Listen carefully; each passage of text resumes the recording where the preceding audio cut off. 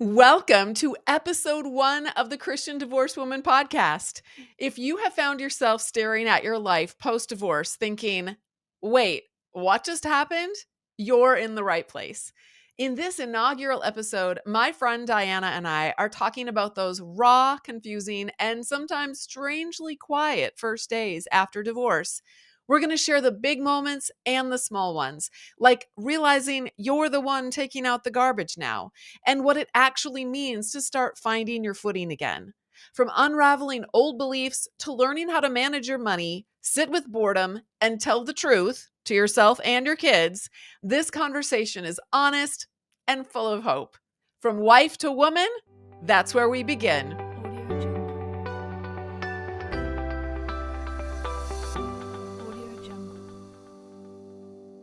Hi, Diana. Are you ready to kick off this badass podcast for divorced Christian women? I'm totally ready. I can't believe this is happening. When you told me you had this idea, I was like, "What? Let's go." I'm so excited. Yeah, me too. Okay, we're going to kick off this very first season, which is from wife to woman, the first 365 days after divorce. And this episode is going to be about when the dust settles, what just happened. So tell us, what was the moment that you realized my life as I knew it is actually over? Was it a tiny thing? Was it a big thing? Was it a slow awakening that happened even maybe before you actually, got divorced? Tell us about it. Wow, we're going right into it. Okay. Yeah. So I think in some ways it was slowly building where I kind of saw, oh my gosh, my life is changing forever. But it really hit me the day that my ex-husband and I told our 4 kids that we were going to get divorced. I think my youngest was 13, my oldest was 23. And I told my ex-husband, I'm going to tell them. Would you like to be there? And he said, yeah, I'll be there. But to see them all react and their different reactions and the pain and then experience and that raw pain, I was just like, there is no going back. I mean, I knew Yeah. I wasn't going to stay, but like there's no going back to my old life. It's over. Yeah. Yeah. So that was a big deal. How about you? Um, Mine was definitely a slow awakening. I'm divorced twice, so my first divorce, slow awakening. We were separated for a couple of years, and then the divorce process itself took almost 2 years. So, I think for me, it was the weekend after we'd been separated for a couple of years. I went away for a weekend and took all my journals with me, and I was like, okay, I need to, hear my past self voice. What was she saying? And I read all my journals from start to end and I took notes. It almost like I was listening to myself and my thoughts about my experiences in this marriage. And I became the person that I needed. I needed someone to hear me, and I became that person for myself. And at the end of that weekend I realized I'm done. I believed. I felt like I got on my knees on the floor, and I felt like God was saying, Natalie, are you ready to trust me? Quit trusting in all these other people and listening to all these other people. I want you to just listen to me and listen to yourself and what you just read this whole weekend. And I decided to file for divorce in that moment. And then my second divorce happened so suddenly. It was just like one day I thought it was a marriage for life. And then the next day I was filing for divorce. It was the most bizarre thing. But I do remember, so after I filed, I remember driving. I live in Minnesota, and we were coming out of the winter. This was just a couple months ago. And I was driving down our street, and it was it wasn't spring yet, but it was. Sometimes Minnesota will have these spring days in the middle of, February. And it was this beautiful spring day. And it reminded me of all the beautiful springs that we had spent the last 7 years going on bike rides with the kids. And and then we would go to the woods and we'd go to this pond. And it was just a tradition to do that in the spring. And we did it throughout the summer too, but spring was when the weather was like amazing. And all of those ingredients were there, only now it wasn't. It was over. I realized this is my life that we have known for the last 7 years is completely over. It just hit me like it hit me like a ton of bricks, and it was really, really, that was really hard. I think they were both hard in different ways, but anyway, that was my experience.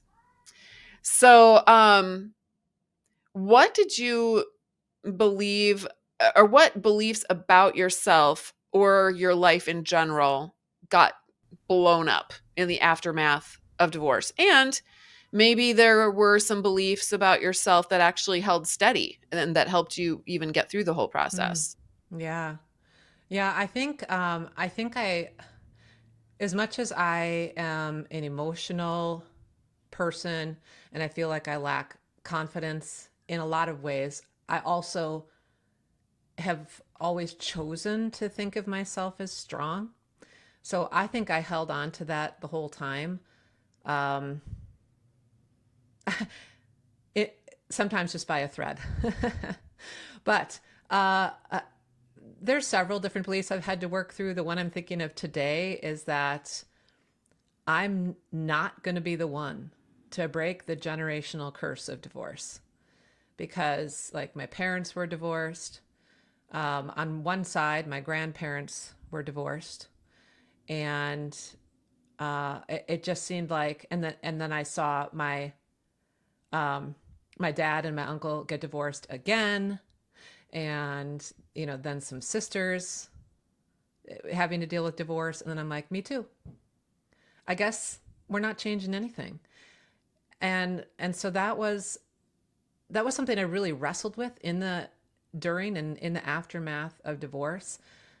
Though I do feel a little bit different about it now, and I think I am breaking a curse I was going to because, say, it's interesting that you use the word generational curse, like divorce is a well, generational that curse. Can was you my tell us Christian about that? programming.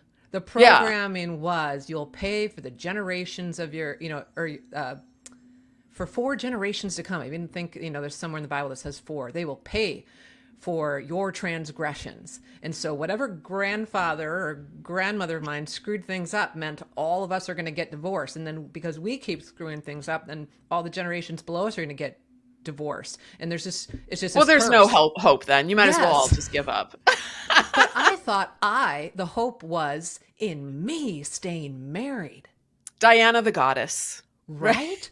That made me very powerful. Yes. And I do believe in being empowered, but I realized the power was not in keeping the institution together. And this is where there's still hope for change. The power now is in me being completely honest about my life. I just had another honest conversation with one of my kids. Now they're actually age 12 to 22. I realized I misspoke that. Now, 4 years later, they're 16 to 26. And I've decided I will have open conversations with them I have no intention of putting down their dad, because I loved my dad, who I would never suggest anyone be married to, and he had two ex-wives who would agree. Um, and yet I loved him, and I want my kids to have that for their dad. But I'm also saying, but I also want you to know what doesn't belong in a relationship. Let me Yeah. talk to you about what's healthy and what's not healthy, and speaking as much truth to them that I can. That's where the power is, Yeah. Yes, not in an that's so good. institution lasting. That's Right. ridiculous. Right. Because if you think about it, if you really value marriage, then you would, true Christian marriage, then why would you value an abusive marriage? Like, Exactly. that does That not is, make any sense at all. I finally decided what I'm showing you should tolerate in a marriage is teaching my kids the wrong thing. Yeah. I've got to change that. Yeah. Yeah. It's telling a lie about God too. Yeah. And, we're not supposed to do that. I mean, we can, but All right. all So right. back at you. Your beliefs. What beliefs shattered Yeah. for you? So I think for me, I believed in my first marriage, I believed I was a good Christian woman doing all the right things. And I had the respect of my peers and the respect of my spiritual leaders. And I kind of built up this credibility, right? That I thought I had invested in, that I thought I could. When I finally decided to get out, I thought, well, maybe, I've invested enough that they will, come alongside of me. But no, that didn't happen. So then I found myself being told, no, you're actually not a good Christian now. You're not credible. You're not believable. So what I realized is that my identity was dependent on the opinions of other people. that was truly, I truly, whatever they were reflecting back to me, I thought that's who I was. And I had to learn how to define myself based on what God said about me rather than about what other men and women said about me. And that is a lesson that I will never regret learning. It set me free. It really did. Letting go of everyone else's ideas and opinions. And then in my second marriage, I really believed I was happy. I managed my mind really well during this second marriage. And when there were little warning signs or issues, I just accepted them. And I was like, I'm just going to make my own happiness here. So I think what shattered for me this last time was my belief that I could never be fooled again, because I teach this stuff. I live in this stuff every day. I coach women in this stuff every day in the Kaleidoscope Forum. And there were problems in my own marriage that I was oblivious to. And if I'm really honest with myself, I actually chose to be oblivious. I purposefully looked the other way because I just didn't want to have conflict and unrest in my life anymore. I wanted peace, and I was willing to look the other way to get it until it smacked me upside the face, and I couldn't look the other way anymore, and then I had to make a decision. Fortunately, the things that I had grown in and learned from the first divorce all contributed to me immediately being able to make this divorce decision. Like, okay, no, this is a deal breaker. I will not stay in this relationship anymore. We're done.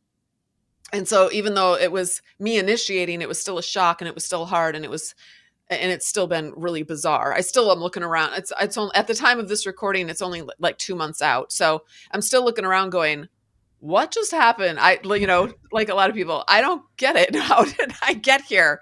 So, yeah, it's weird. I'm divorced twice now. I'm on my way to becoming, what's that actress's name I never remember her name. Oh, Elizabeth Taylor got married. Elizabeth Oh, Taylor. yeah. I'm on my way to becoming Elizabeth Taylor. That's what there's this little voice inside of me is like, you are going to be just like Elizabeth Taylor, except I'm not. Except you're Because not, because you and I keep talking about being single forever. I know I have no desire to date. I have no desire to be with someone anymore. So I really like being on my own. So Elizabeth Taylor, I'm sorry. You can have that reputation all by yourself. Okay. So what surprised you about your own strength or even your own fragility in this process? Oh man, I've always known how fragile I am. As far as I can tell, you self put yourself into your own Enneagram categories by research, or you get a coach that helps you. But from the books I've read and the quizzes I've taken and all that, I'm an Enneagram 3, which is like let's perform, let's do well, with the Wing 4, which is like that introspective, what's going on deep inside of me, feeling everything. And because I feel so much, which by the way, I turned off for many years in my marriage, I kind of had to, it's a survival technique. Sure. It's a part of me wondered if that went away. But on the other hand, no, I've known I've always been fragile to the point of, feeling like I was facing my own demise by being stuck in marriage. Like that was just going to be the end of me. I can't take it. I'm not strong enough. There's nothing left of me.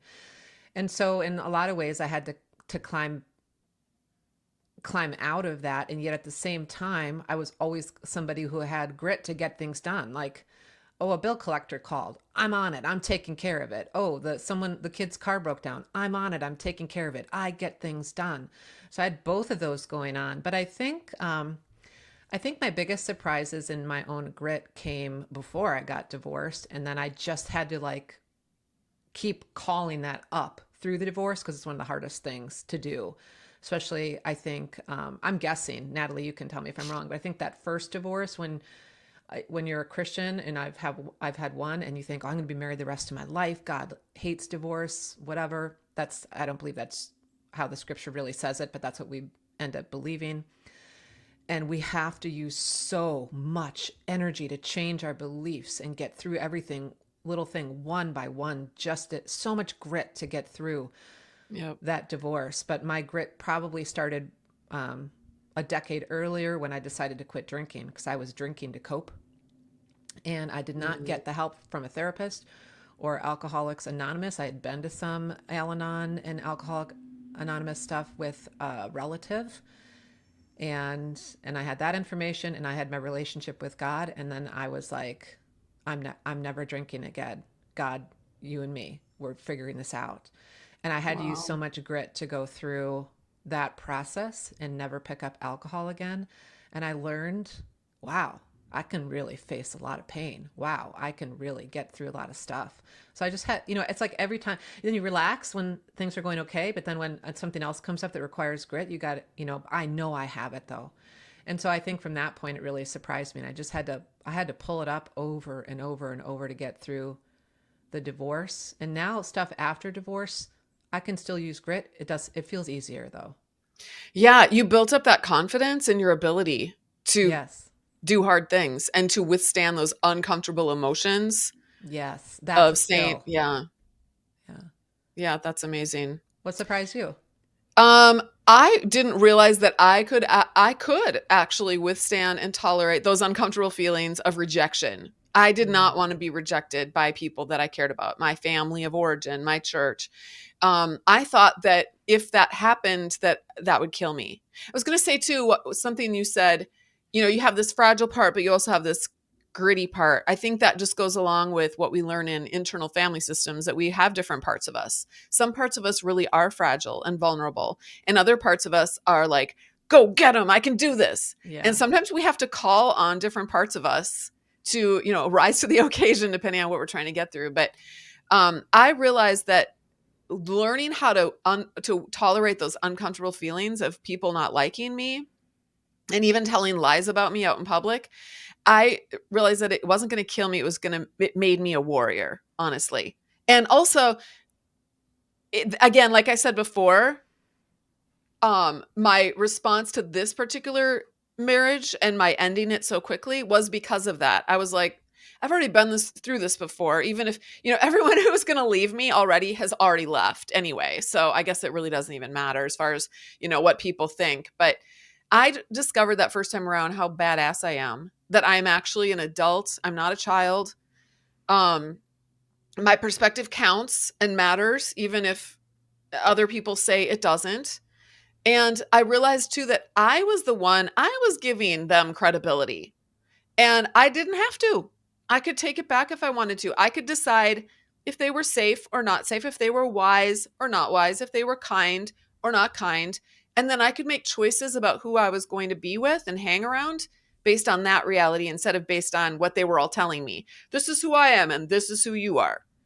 So, yeah, and I have one more story. In my first divorce, one of the saddest parts about it, and I don't know why this made me so sad, but it was like it represented all of my loneliness. But taking the garbage out to the end of the driveway in Minnesota at night in the cold was just reminded me. I would walk the garbage out. That was something that my first husband always did. And my second husband always did that too, incidentally.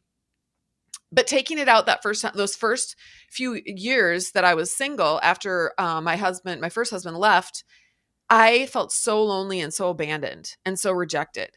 And I would just be so sad every time, every Sunday night. I would just go do that, and I would just be like, "Oh, this I can't believe it." Just represented everything bad.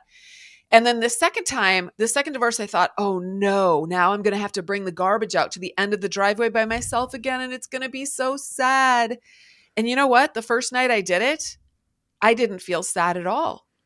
I felt I felt something different. I felt like, Natalie, we have done this a million times before. I mean, it's not that big of a deal. You're just bringing the garbage to the end of the driveway. We're going to be okay. And I literally felt that way inside of me. So, anyway, I know now what I'm capable of, or at least some of what I'm capable of. And I know that I can take care of myself. So I don't feel alone when I am alone. Although you and I have talked about this before, we still do have kids at home. And Yeah. maybe when our kids are gone, maybe we'll have to go through another little metamorphosis, possibly. I don't know. I guess we'll cross that bridge when we get to it, right? Yeah, I know. And it's only 2 years out for me until my last one leaves and goes to college. And I'm like, you could go nearby and live here. She's like, no. Yeah. So I know Yeah. it's coming very soon, and I am thinking about it. In fact, I just got started with a. I've been going to a health club for a year, but I've only been going in, working out, and leaving. And my personal trainer lives in a different state, so she just sends me my stuff to do. And so for the first time, I joined a group. It's a steps challenge this month. And tomorrow, the day after we're recording this, I'm going to do a walk with one of the people on the team that I've never had a conversation with. We just did it on, Facebook Messenger, meet somewhere. So I'm like, I can figure this out. I can figure out ways to Yeah. have relationships, fill my time, and I can still have moments at night that I may feel lonely, and maybe not. Yeah. All of it's okay. Yeah. Yeah. I always think I don't want to borrow trouble from the future. So I'm going to put my worries about that in a little box, and I'm going to put the box on a shelf, and it will be waiting for me when the time comes. And then I'll take it out and I'll just let all of the feelings out and I'll deal with it then. And maybe the box never gets open because that never comes to fruition. It may be it might maybe not. My youngest has autism. So it's very possible that he might just end up staying with me for the rest of his life, or at least until I'm dead the rest of my life. We'll see. Fingers crossed. No, I'm just kidding. I want him to live as normal a life as he possibly can. But Yes. okay, so what are some things that you had to relearn after your divorce, like paying bills? Well, The question says cooking for one, and I'm like, okay, if we can cook for 15, I'm pretty sure that we can cook for one, I right? did not cook very much, so it's still the same for me. I knew how to put a pizza in the oven then, and I know how to put one in now. It's just one versus three. Okay, fair enough. Or like, what about, or dealing with loneliness or dealing with more extra time? Because I feel like I got more time after my both of my divorce. Well, that's not true. Let me rewind. I did not get more time after that first divorce because I still had a lot of kids living at home, and so no, I didn't. And I also went into a new marriage shortly after that. But after this one, I've had more time. I've had less work. So that's been kind of interesting. But what about you? That is interesting though, because I keep thinking with you saying that I did have to relearn boredom. I was born in the Oh, 70s, and as kids, we knew how to be bored because we didn't have the internet, and our TV shows yep. were only on certain little pockets of the day, and we didn't have cell phones, and so sometimes you just sit out in the grass and you'd pick grass blades and look at them, Yes. or clovers, Yes. or you'd look for sparkly rocks, or you would just, and I'm like, I have to relearn a little bit of boredom because there were times I was alone because my daughter then would go over to her dad's house and I'm here by myself. And I'd feel this, I'm like, what is this antsy feeling? What is this? Like, I have plenty of stuff to do, but what is this? So I did relearn to sit with boredom, and I still work on it sometimes, and looking to look at the cloud, or working on looking at the clouds, and even just sitting and staring and thinking. So that's been Mm, interesting. But I didn't relearn some of the financial stuff. I had to learn it for the very first time. mm, Financial stuff was problematic in my marriage, and there was stuff we didn't do, like retirement stuff. I'm like, what is this retirement thing? Like, an entrepreneur. Can I have a 401k? How else am I supposed to save? What is that? yeah. Like, oh, what's a Roth? Oh, what's an IRA? Ooh, what's an SEP IRA? They call it a SEP, not an SEP. Yeah. Anyway, so, YouTube and all the stuff and podcasts have become my friend to learn this whole new world of stuff that I never thought about because I was just trying to survive. And I'm like, that's got to come later. I can't think about that. So learning a lot of new things about how to live a healthy life. And though I don't plan on getting in a relationship again, I'm reading stuff on how to have healthy relationships, like books like How to Mm, Be an Adult in Relationships, and even The Marriage You Want. Not because I want to be in a relationship. I don't. I just want to I want to relearn what healthy relationship looks like. yeah. If I ever knew. Maybe I never knew, but I'm going to learn it now. Well, and it helps process what just happened too. And Yes. maybe validate a little bit of, yeah, that really was pretty problematic. Yes, Yeah. totally. Yeah, I'm with you on I think the biggest thing that I've had to learn for the first time is how to take care of money. And also, like, I actually just got a financial planner after my first divorce and started learning about all these things. And then I had a CPA, but I really had never asked him any questions. He I had a soap business, so that's why I hired him to help me with the business stuff. But then when I was on my own, I because when I got remarried, I still kept all of my finances separate. And I started asking questions. So sitting down and having like in real life meetings with these people and asking them questions. I felt so dumb. I was dumb. Not dumb, but I was ignorant. I just didn't know anything. And they very patiently, and there's so, I don't know if you remember, but it's like a fire hose of information, like all these terms that Yes. I And it's like, couldn't what is keep that? straight. Google, Google, Google. Yeah, yeah. And I would take notes and then I would go back and review my notes, and then I also got some books and I read books, and I have a much better grasp on it now several years later, but it is a learning curve. But it was kind of fun learning something new and to go, you know what? I mean, if other human beings can do this, I think I can do this. I have a normal brain that functions in a way that can take in information and learn and Yeah. process. So let's put that baby to work, right? Yeah, totally. Yeah. Yeah. So, oh, I was going to recommend the Money with Katie show Oh, here. yeah. I have Yeah, still to check that out. it's a podcast. I think I found it because I was Googling stuff about different investment funds, and I found her show. At the beginning of her show, she talks about all kinds of things, but she's funny. She's she's smart as a whip, and she covers a lot of different topics that have to do with money, not just investment. But her earlier episodes have more to do with investment, and she explains things in a way that made it really easy for me to understand. I've learned a lot from her podcast. I don't listen to every episode, but once in a while she comes out with one that I'm like, ooh, that sounds interesting, and then I'll go and listen to it. So I recommend her. She's great. When you pictured your future in those first few months, what did it look like for you, and how has that changed? I know you're 2 years out, but or maybe you thought about your future because, like, weren't you kind of thinking about getting a divorce before you even filed for a while, or Well, not really? I almost did 7 years prior, Okay. and so I had thought going into the process then, and then when I did, well, as soon as I knew, I told him a couple weeks later, um, and then we didn't, and then it was 4 months till we told the kids, and we were still living in the same home, and I thought I was going to tell him I wanted a divorce. And I'm like, I run a business out of the office in the home, and the kids are here and whatever. And so, would you please move out? And that didn't happen. So Surprise, it surprise. it looked totally different than I expected. I'm like, I resisted for a while because I had this picture what it was going to look like, and I'm like, no, this is the picture. And then I'm like, but I can't make him do anything. Yeah. So I'm Hence the gonna have divorce. I'm gonna have to move out. And so I found this wonderful place I'm in.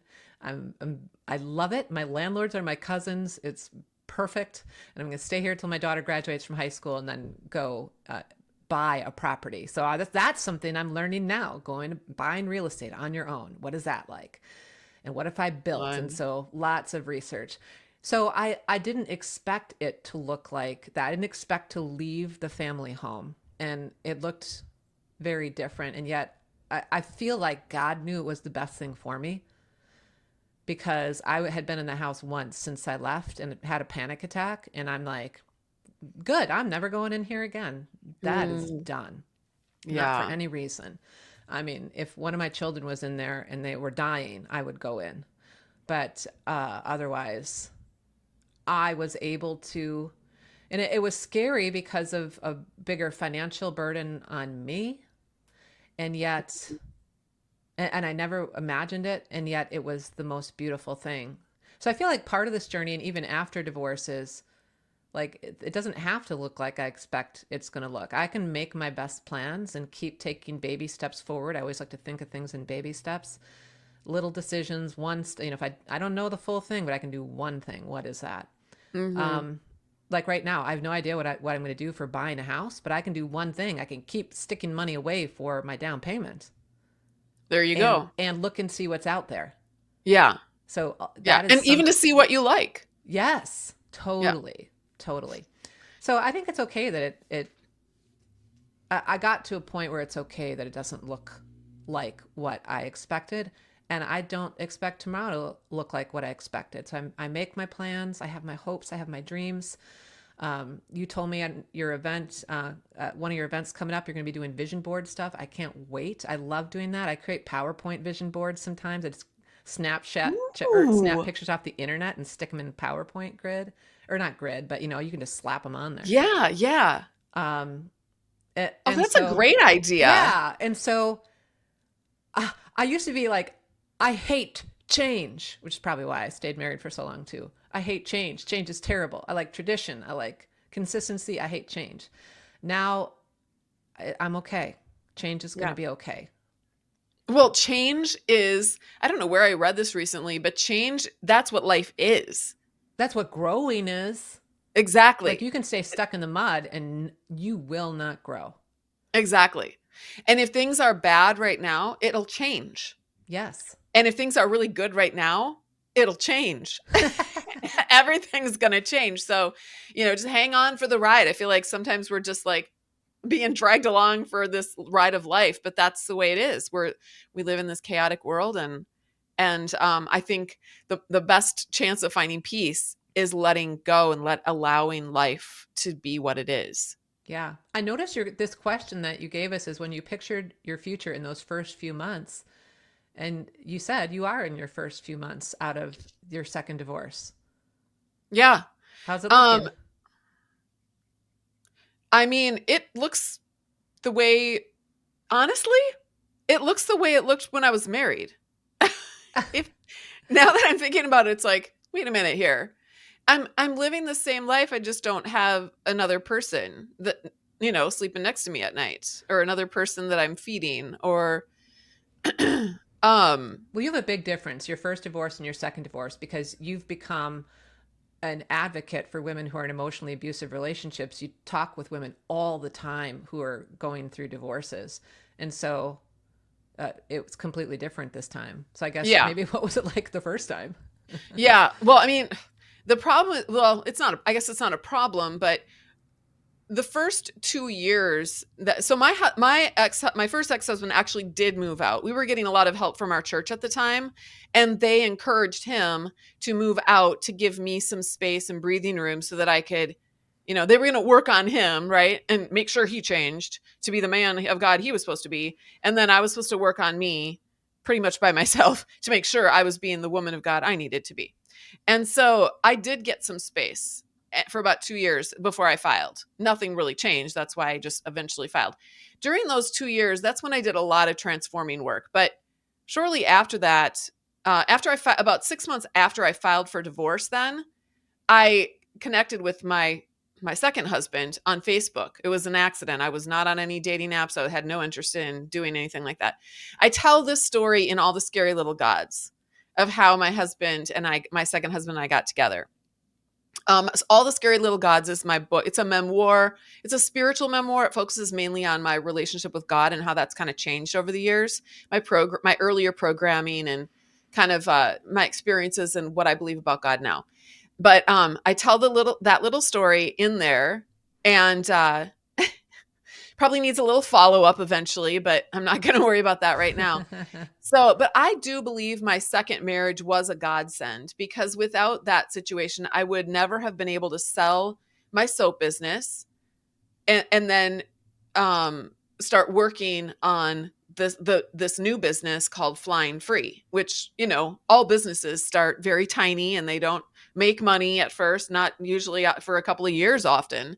And so I had some time to build this up while I kind of used the money from the sale of my first business to live off of.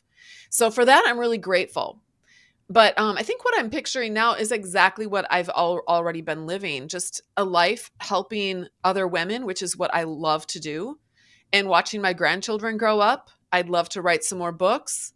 I love what I do. I don't need a man to do it. I didn't need my second husband to do that. I don't even want a man in my life at this point.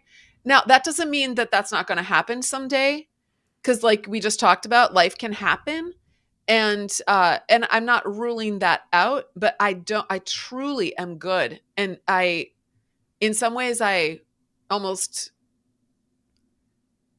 I don't know. I just really like okay, I don't think I shared. We recorded, just so everyone knows, we recorded episode 1 already once before. Only we didn't record it. And so this was a few days ago. So we are re-recording this episode, which is great. I think the conversation is still going very well. But after we were done not recording episode 1, we recorded episode 3. And I can't remember if I shared this in episode 3. But this is kind of, this is meta because you who releases podcasts and records later ones first? Maybe a lot of people do. I don't know. But Anyway, we didn't. We recorded not episode 1 first before you did episode 3. yeah, exactly. We tried. It's weird. But in episode 3, I don't know if I shared this or not, but and now I have no idea. Shoot. I have no idea what I was going to say. What in the hell are we talking about right now? Well, if you choose to keep this in the podcast, because I know you like to go light on editing, I think everyone listening is going to enjoy that we are real people. And let me tell you, when you've got many kids, between the two of us, there's 13 kids. You have the majority of them. Sometimes our brains all over the place. Exactly. Well, and if I go down a rabbit trail, I'm lost on that rabbit trail now. I can't find my way back. Yeah. So this nobody should expect me to find my way back. I'm lost. Let me just move forward. Any breadcrumbs. We're real people, gonna keep folks. Hopping. Yeah. Well, anyways, I don't remember what I was going to say. I'm sure it was very interesting. I hate it when people say, "Oh, it must not have been important, so I guess I just didn't need to share it." No, it probably was really important, and now nobody gets to hear it. Oh well. Yeah. All right, so let's move on to the next question. What was a decision that you made early on that set you up for healing instead of staying stuck? Ooh, this is a really important question, I think. And well, I'm in the mind renewal space, as I call it. I've got the Renew Your Mind podcast. I spend all my time in like, how are we thinking? What are you thinking? And so I know for me, the biggest decisions, I mean, that's what decisions are, right? They're thoughts. All the biggest things to help me grow is a thought or a decision or changing a way of thinking. And so for me early on, I'd say, I remember when I hit 40, I was like, that's it. No more pretense. And that was what I heard myself saying in my brain. And I even went to my dictionary then and looked up pretense to make sure I agreed with that. And I'm like, yeah, it's kind of just presenting this idea of who you think you are, or who you want other people to think you are. And I'm like, that's it. I'm done with that. And so what that meant is if there's no false projection of self, that there's only the true. And so I'm like, I've got to stay grounded in truth. I also didn't want to be confused anymore because there were so many situations especially in my marriage, where it's just so much confusion all the way to the end. It was like I was someone was trying to suck me into confusion. But at the end, I had done so much work in the decision to be grounded in truth. I couldn't get sucked into confusion anymore. So that was the biggest decision I made. You notice what the truth is. It doesn't mean I don't still get confused about things. It doesn't mean I don't have thoughts and it's like that I have to question. And there's a lot that go by that I never even question. They just kind of whiz through my head. I don't even notice them. But I try to, and I think this what take every thought captive means, is to notice, wait a second, is that even true, what I'm thinking? Yeah. And if it's not, I'm going to let go of it. I'm going to stay grounded in truth. I want truths like, hey, Diana, you did a great job getting yourself out of that marriage, even though it was hard. Because I want to celebrate that. We talk about this being a badass podcast. Yeah. I'm the badass who got myself out. And Yep. the truth is, God is not mad at you, Diana, for taking care of you. This is what He's wanted for you all along. And the truth is, it's okay to go day by day, or it's okay to go like minute by minute, or like like to Yes. say, baby steps, and muddle through and struggle. And it's okay to have clarity and strength and go full steam ahead. All this stuff that's so true is also giving myself compassion and love and grace and all of that. That's the decision. Like if I could put that in a little capsule, that Yeah. truth capsule, that's what lets me get through everything and is the only way I can have healing. I think that's why, Jesus says He's the truth, and Yeah. He's love and compassion. Yeah. I think too, we can also acknowledge that we don't know. Yeah. Like for me, I needed a kind of a stepping stone because so many people are saying, well, we have the truth and we know the truth and this is the truth and our interpretation of the Bible is the truth. And I had to learn how to go, maybe, but maybe not. Maybe you're wrong and maybe someone else is right. And that it kind of just loosened everything up and allowed me to be open to other possibilities. So even when I myself don't know, like that, you talk about that confusion that comes in. It always serves. So if someone is doing that to you on a regular basis, it's because it's serving them that you are confused, in some way, right? Right. So to be able to say, maybe, I mean, our kids do this too sometimes. They can be manipulative just because teenagers just do that because they're trying to get what they want, and they've learned that these tactics sometimes work. And you can go, well, maybe that's true, and also maybe not. Nevertheless, I love that word. Yeah. I just love it. Nevertheless, this is what I'm going to do. Could I be wrong? I could be wrong. Nevertheless, I'm going to make this decision because the decision needs to be made. And also, I'm okay with making mistakes and taking risks and, possibly being wrong and failing. I'm okay with that. I teach this in the Flying Higher program. Failure needs to be a friend of yours. You need to make friends with failure. You need to be okay with making mistakes. If you're not, you will be stuck the rest of your life because only people who are afraid of doing that are paralyzed and can't move forward. And I don't want to be paralyzed anymore. I want to keep moving forward. So anyway, for me, I decided just not to have contact with the people who had proven to be unsafe.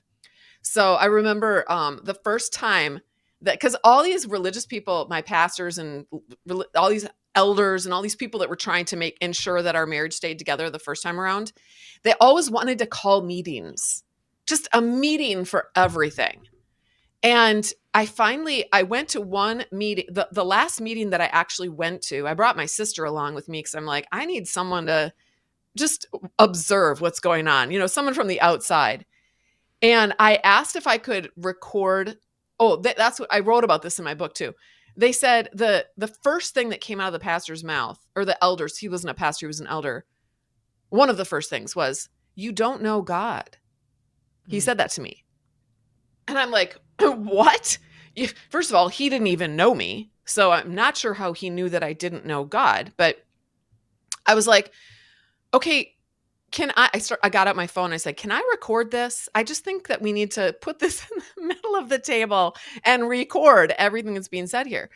And the other person that was there she literally leapt out of her chair and bashed her hands down on the table and said, "No, you may not record this." And I said, "Why not? What are you afraid of? Like, why can't we record this? Everyone gets, then what we say, why is that a problem?" And she just repeated herself, "No, we cannot record this." And in that moment, I realized I don't have to stay here. I'm an adult woman. I'm not a child listening to my mother scream at me because I did something wrong. I'm an adult. I'm, in my late 40s. I can get up and walk out of this room. And that's what I did. I said, well, then I guess I won't be able to stay here for this meeting. And I got up and they made some last comments to shower me with shame as I walked out the door because, that's how Christians can be sometimes, right?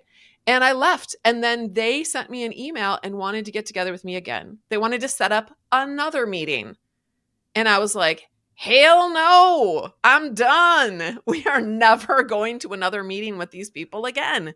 And I was very polite, but I just said, I didn't say hell no because I didn't want to offend them, but I just said no. I'm not going to have another meeting. May the Lord bless you and keep you and cause his face to shine upon you and give you peace, and also so long. And I went on my way. And that was so empowering. So they had been so big in my mind, but over time, they began to get smaller and smaller and smaller and more insignificant to me. And now they're just somebody that I used to know. Oh, I want to sing. And I now you're know just somebody that I somebody that used I to used to know. know. I know. Love that song. By the way, both Diana and I have singing in our background. So maybe we will just do an episode where we're just Or if we just, singing all of our favorite badass songs. in my house, we just bust out song lyrics whenever it seems to match what's going on. So we could do I that love too. it. I love that. Oh, I do want to share one more thing. Because my second divorce was different. So what I had to let go of there was my sadness and regrets. So every time, I only want to share this because it's a good it's a good strategy, I guess, for people to use. But whenever my sadness pops up or a regret pops up with this last marriage, because it will, right? It will. Maybe it will do it for the rest of my life. I have no idea. But that's not me. I no longer believe that my thoughts are me. That, oh, that's me. I just view it as it's just a thought that my brain pops up because of my programming or whatever it might be. So what I do is I immediately go, oh, there's what that thought again. And I release it to God. You can even visualize yourself holding it up to God, this, treasure of your beautiful thought that you just had, giving it to God. And and the reason that I do that is because I don't want to live in that space of sadness and regret. Now, I do think there's a time for grief, and there have been times when I just let myself grieve. But there's a difference between pain and suffering. And we're reading the book in Flying Higher, Making Meaning of Grief, the sixth stage of grief, making meaning. And this is something that he says in the book. There's a difference between pain and suffering. Pain is what we all experience because of things that happen in our lives. And we go through the normal process of grief. Suffering is when we hang on to these beliefs or thoughts that are just stabbing us like a million, knives in our gut, and we hang on to them and they're not serving us. Like, for example, we might lose someone that we love. That causes pain. But then suffering comes when we relive all of the things that we regret. I wish that I had taken them to the grocery store when they asked me that one day, and if only I had done this, and if I had only done this, then maybe they wouldn't have died. And if we do that, and that creates so much suffering in our lives. So what do we do with that? So, anyways, and then we also are, I'm teaching a class in Flying Higher right now about it's called Letting Go, the Letting Go series. And it's just all about what we let go of and how, when we let go of these things, we can move forward and we can gain more energy in our lives. We can gain more self-awareness in our lives. And we move from places like anger and shame and pride, and we move up to courage, and we move up to love. Hopefully, I think that we all have an opportunity to be able to move into spaces of love for ourselves and for other people. So, all right, if you could go back and tell your just divorced self one thing, what would it be? I do remember when we not recorded this the first time Yeah, that I actually asked you, and you said exactly what I was going to say, which was, you're you going are going to be okay. okay. You're going to Yeah. be okay. After, so I had already moved out. My divorce was a 2.5 year process, um, because I was the only one who wanted it, unfortunately. And so I was like pulling an anchor weight along with me. Mm. So by the time it finally came, I didn't know what I was going to feel. I'd been moved out for quite a while, and um, I thought I was just, I mean, I celebrated the first couple days. So I didn't need to tell myself, you're going to be okay those first few days. But we all have different things happen, and it's a different, I've heard you say this a lot, like everyone's experience is different. People ask in Flying Free, Flying Higher, what it'll be like when this happens. What did you feel? And it's like, well, it's different for everybody. And so I thought I was just going to keep celebrating and feeling great. And then I had a mild depression for like 3 months. And so I just told myself, it's going to be okay. This is just part of the process. It doesn't Yeah. have to make any sense. And I believed and told myself, this part's not going to last forever. You're going to be okay. So I would just keep doing the next thing. That's all I had to Yep. do. What's the next thing? Yep. Yes. I think it feels awful at first, or it can. Some people, everyone's different. I feel Yeah. like we hear from different people in the forum and they have different experiences, but for the most part, I think most people go through a pretty bad time at first.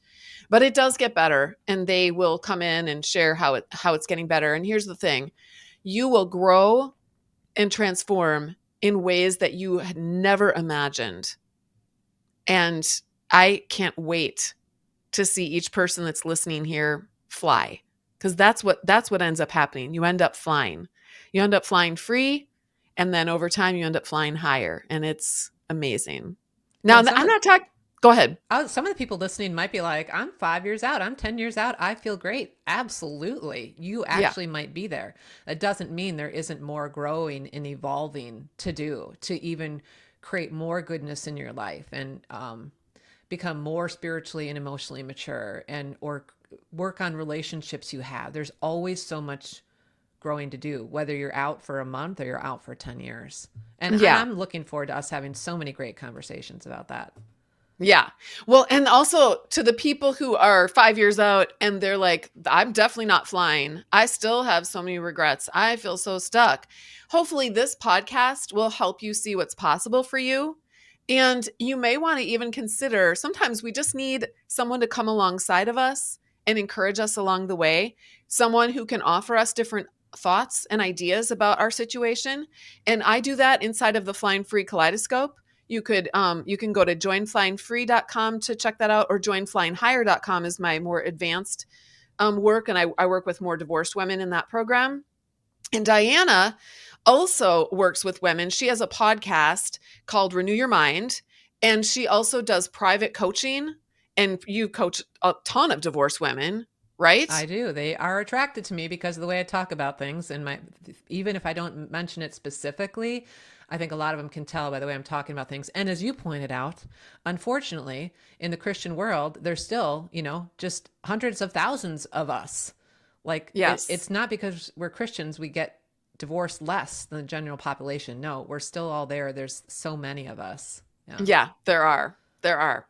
So you're not alone. You're definitely not alone. And there is a lot of help and hope for you out there. I will put links to Diana's work so you can go and get on her mailing list.